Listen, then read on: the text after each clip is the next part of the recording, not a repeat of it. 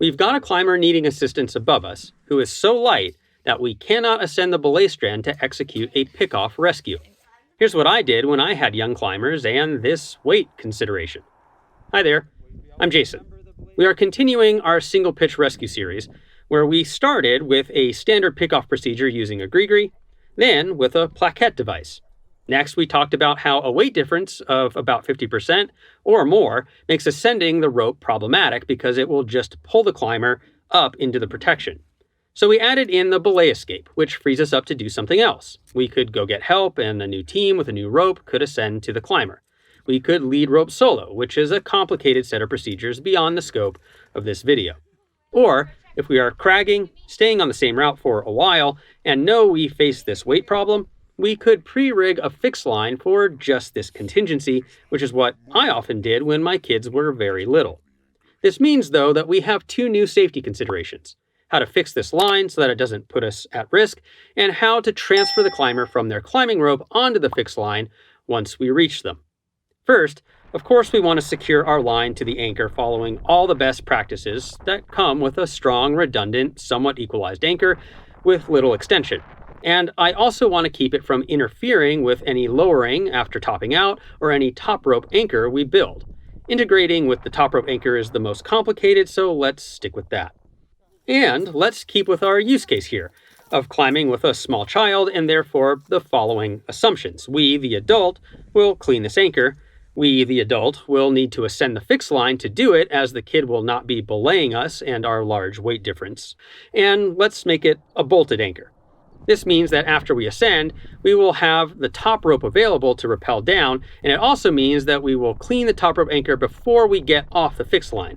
Together, that means that we will build the fixed line first and then build the top rope anchor on top of the fixed line.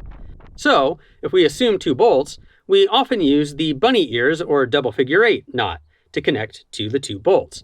We tie it by starting a figure eight on a bite, but with an oversized bite, and pulling a bite of that bite through. That gives us two ears. We flip the remaining bite over the knot and pull the two ears to tighten the knot. We can adjust the ears against one another to better equalize. Now ideally, the top rope master point is lower than the fixed line knot so that the moving rope doesn't get impacted in any way. But our biggest new concern with fixing this line is having it saw on edges as we bounce the rope on ascent. This is the same thing top rope soloists face when on rock, and it's where refixing comes in. As we set our fixed line and head down, we come to or make a protection point just below where the sawing risk exists. So we clip direct into the protection while staying on rappel with a backup knot. Now we clip the rope through the protection. Then about 60 centimeters below the piece, but above our device, we add a full twist in the rope and pull out the slack from the top to move the twist to just below the carabiner. From there, we take a bite from the slack above the protection and put it through the twist. Pulling the brake strand, we cinch the slip knot tight.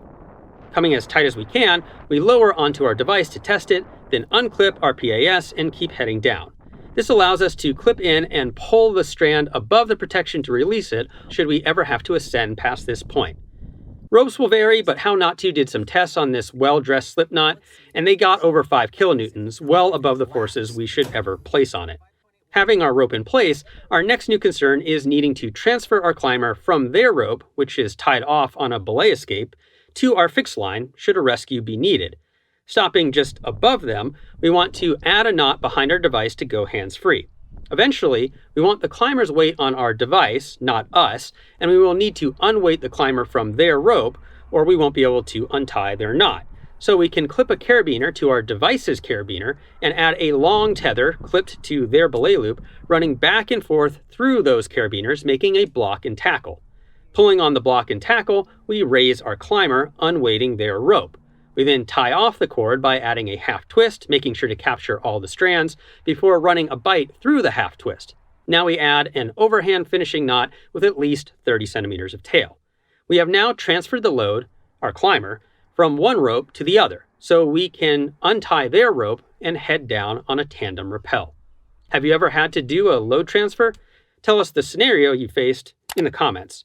Thanks for watching this video. Please like, subscribe, and share if you want to support us. For more information, you can go to our website at www.shortguysbetaworks.com. You can watch that video I mentioned that goes deep into how weight difference, equipment, and terrain impact when we might not be able to ascend the belay strand for a rescue, or you can check out this entire single pitch rescue series. We'll see you next week and keep on getting more out of that big outside.